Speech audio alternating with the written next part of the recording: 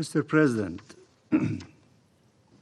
I thank you for convening this meeting and thank UN Special Coordinator Sigrid Kaag for her important briefing and her efforts. I also express our deep appreciation to Dr.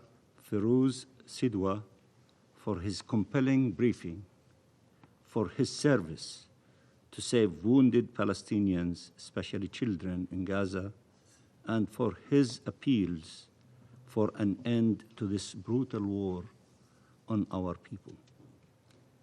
Let me also reiterate our support and gratitude to the Secretary General, Mr. Guterres, to Tom Fletcher, to Mr. Lazzarini, and many others, including the heroic staff of the UN in defending, serving, and saving lives at the expense of theirs.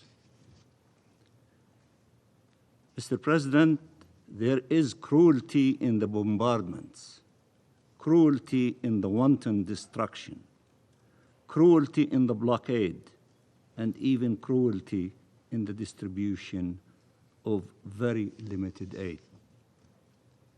We will be asked, how can you complain about food finally being delivered after having complained about starvation and famine? Isn't it any aid better than no aid at all? Who said these should be our choices? The doomed fate of our people. A full blockade against an entire civilian population, including 1 million children, depriving them of food, water, medicine, shelter, or a system of aid that is degrading, discriminatory, limited to food and limited in quantity, and which aims at the forcible displacement of the population and at facilitating the unlawful seizing of land. Do you know how we know this is the objective? Israeli officials are openly telling the world that this is their intention. Statement after statement, threat after threat. After seeing starvation used as a weapon of war, now we see aid being used as a weapon of war. Should we remain silent because the alternative is worse? Or should we stand up for the humanity of Palestinians, of all civilians in any situation of armed conflict? The images of hungry, desperate people storming out of the cages they were forced into in order to get aid is gut-wrenching and heartbreaking. These are people, human beings, deprived of water, food, medicine for so long and hanging to life by a thread. This is outraging the Palestinian people, all of them, including me. It is outrageous to see this situation and still you are not acting. How much more do you want? Israel wants to appear as allowing aid in, while continuing to make sure life cannot actually be sustained in Gaza. If Israel wanted aid in, it would open the crossings and allow humanitarian aid to enter immediately and fully, in coordination with the UN, including UNRWA, which proved during the ceasefire its ability to deliver aid to all those in need throughout the Gaza Strip. The UN plan, with its proven capacity on the ground, remains the only viable plan to deliver aid in line with the humanitarian obligations and principles, and it has all necessary safeguards, if that is the true concern. But the true concern is how to get rid of the Palestinians by killing them, starving them, and destroying Gaza so they have no choice but to leave if they want to live. In his speech yesterday, Netanyahu said two truths.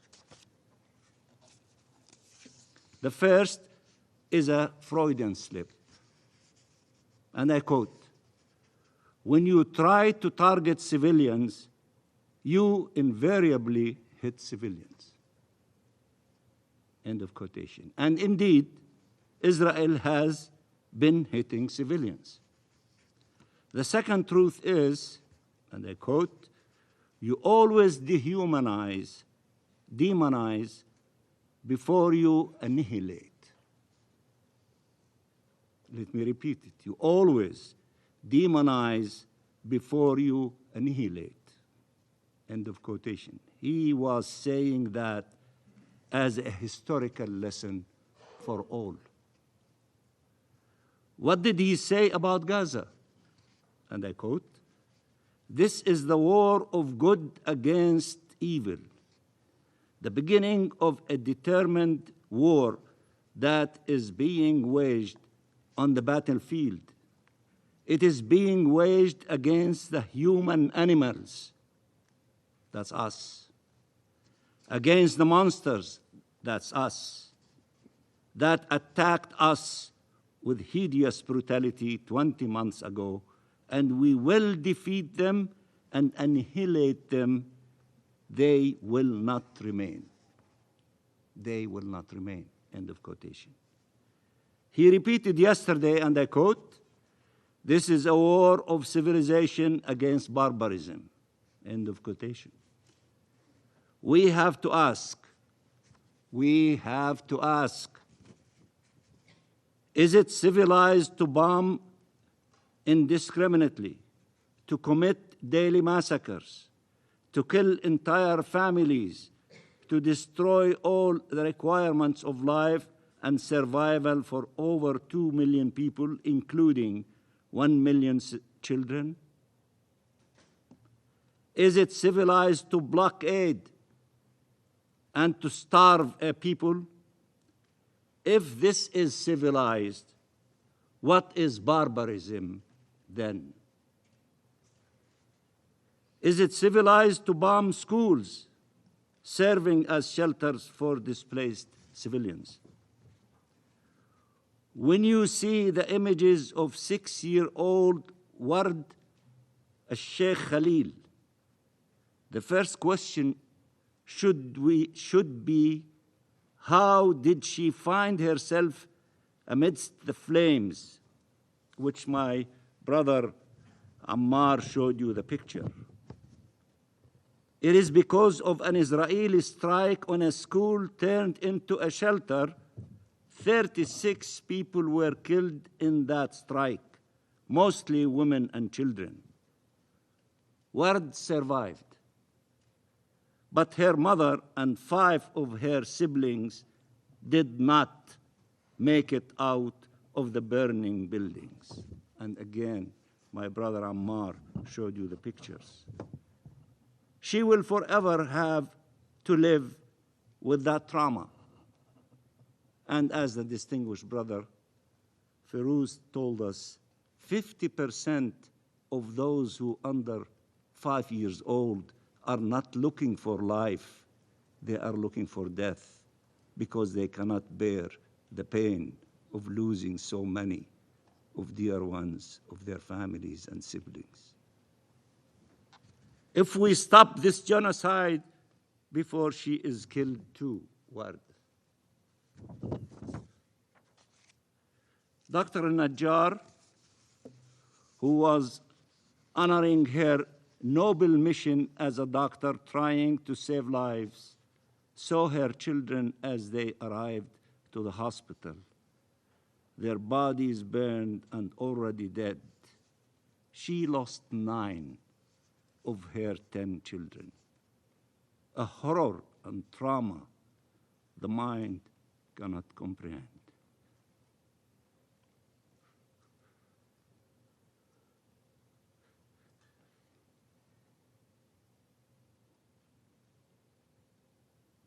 The heart cannot withstand.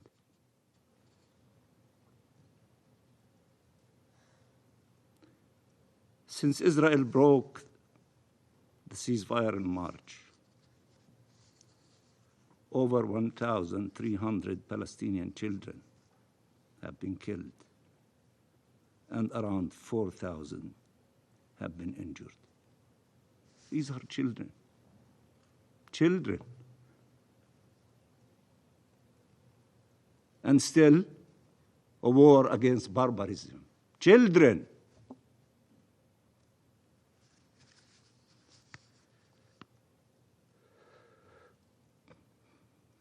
Dozens of children are dying of starvation. The images of mothers embracing their motionless bodies, caressing their hair, talking to them, apologizing to them. It's unbearable. How could anyone tolerate this horror?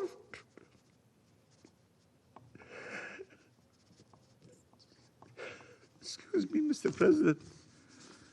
I have grandchildren. I know what they mean to their families.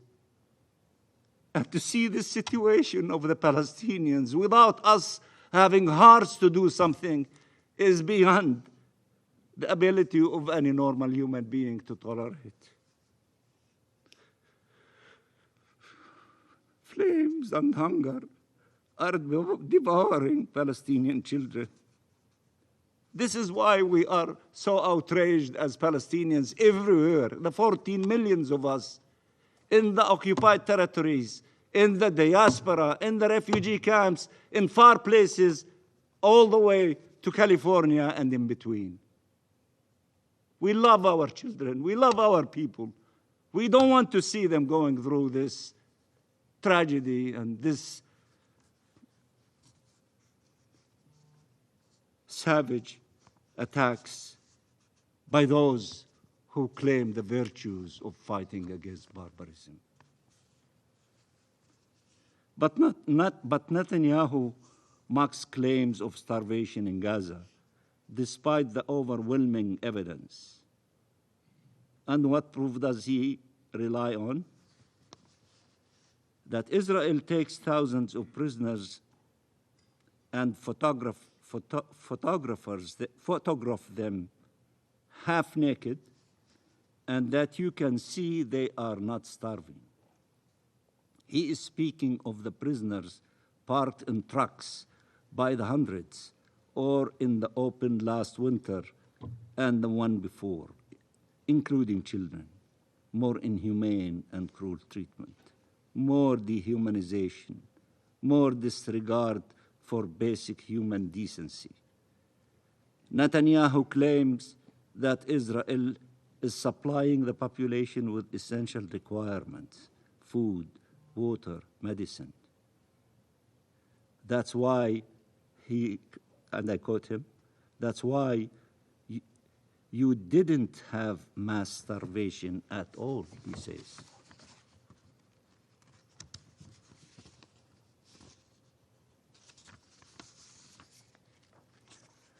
This is the same Netanyahu that decided to impose the total blockade that the people in Gaza endured over the last 10 weeks, deliberately denying them water, food, medicine, and shelter. This is the same Netanyahu who congratulated Smotrich, who, after the decision of allowing some aid end declared, and I quote, "Now we conquer, cleanse and stay until Hamas is destroyed. Along the way, what remains of the Gaza Strip is also being wiped out, simply because everything there has become one big terror city. End of quotation. The same Smotrich who spoke of the expansion of Israel's border on all fronts, inciting the crowd of Israeli extremists storming the streets of the old city of Jerusalem and Al-Haram al-Sharif on the so-called Jerusalem Day. Smotrich shouted, "Are we afraid of the word occupation," meaning thinking of the situation there? He shouts, "Are we afraid of the word?" The crowd answered, "No, we are not afraid." "Are we settling the land of Israel? Are we liberating Gaza?" The crowd cheered. Netanyahu said the objective of this destruction, Netanyahu said that the objective of this distribution mechanism was to have a sterile zone in the south of Gaza where the entire population can move. And he has repeatedly said that Israel wants to depopulate Gaza, calling it voluntary migration, the code name for ethnic cleansing, and to take control of Gaza. So what should we all do? Pretend we cannot see? We cannot hear? Netanyahu is asking us not to believe his own statements, not to believe that the actions he took actually took place. He is asking you to redefine all of international law to fit Israeli crimes, to enable these atrocities. He is asking you to accept, to bargain with people's lives and with our existence as a nation, and with peace and security for all in our region. He wants to define the terms at the expense of everybody else. His political survival relies on it. We all know this. We have known it for a long time. Nearly 200,000 casualties between killed, injured, and have been the consequence of this. So what should be condemned? Genocidal statements and actions, or statements and actions to prevent the genocide? What should we condemn? There should be no character assassination of those who stand against these brutal policies, while those behind them are never held to account. We should see the truth. We should see clearly. For our part, our position is clear and unequivocal. Nothing can justify attacking civilians, whether Palestinians or Israelis. Double standards no more. We are human beings. We are proud Palestinians. We sit around this table. We should be treated exactly like everybody else. Not to see what you want to see in the mirror and to ignore the obvious, the huge elephant in the room, the Palestinian people. Be fair. Use one stick of measurement. We are like the rest of you, all of you. Don't have a system of measurements for one group and pretend the others do not exist. We do exist. And although I love Mansour, the Palestinian artist, who my sister, Sigrid, referred to him we will never wither away, we will not go as Palestine. Although he said in that famous artwork that he see that Palestine is withering away, but he probably was referring to settlements and other issues. But I can assure you, we are rooted in Palestine more than the olive trees, the Roman ones, rooted in Palestine. We will never go away. We will not wither away. We are staying in our homeland, and we will attain our inalienable rights, hopefully sooner than later. Okay. For our part, our position is clear and unequivocal. Nothing can justify attacking civilians, whether Palestinians or Israelis.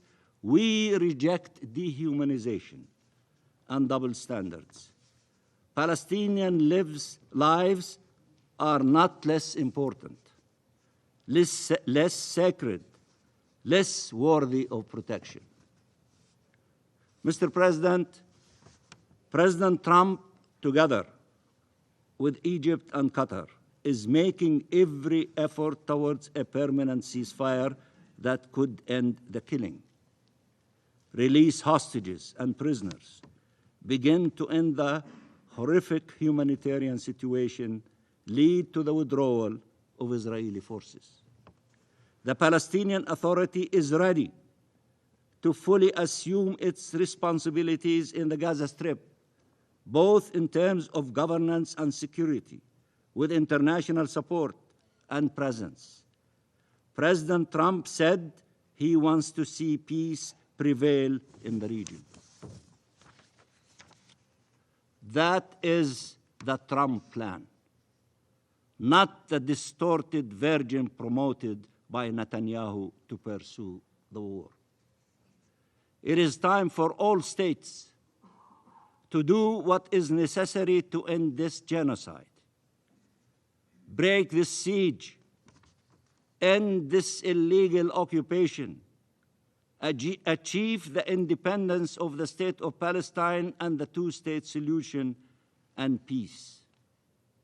That will be for the benefit of all states and all peoples, Palestinians and Israelis and the entire region.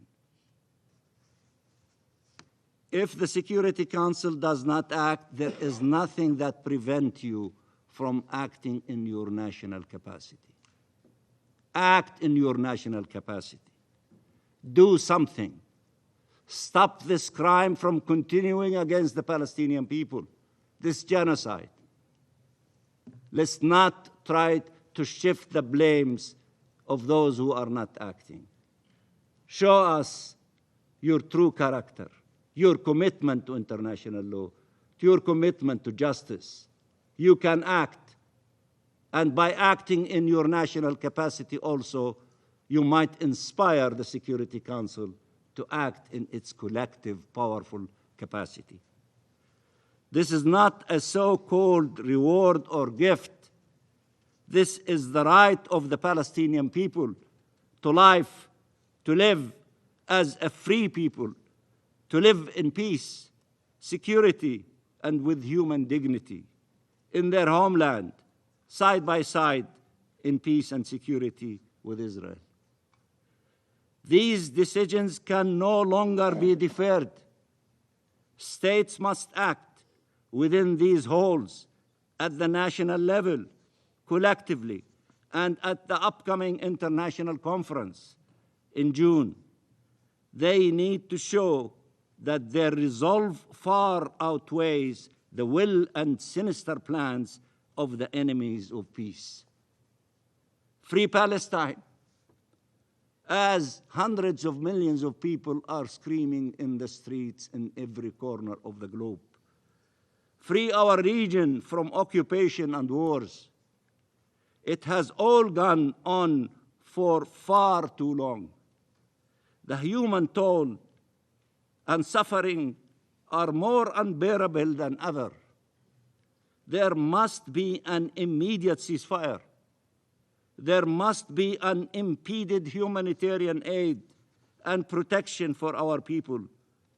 Hostages and detainees must be released. The forced displacement of the Palestinian people and annexation of Palestinian land must be stopped. Save Gaza, save Palestine, save the two-state solution, save peace. Thank you, Mr. President.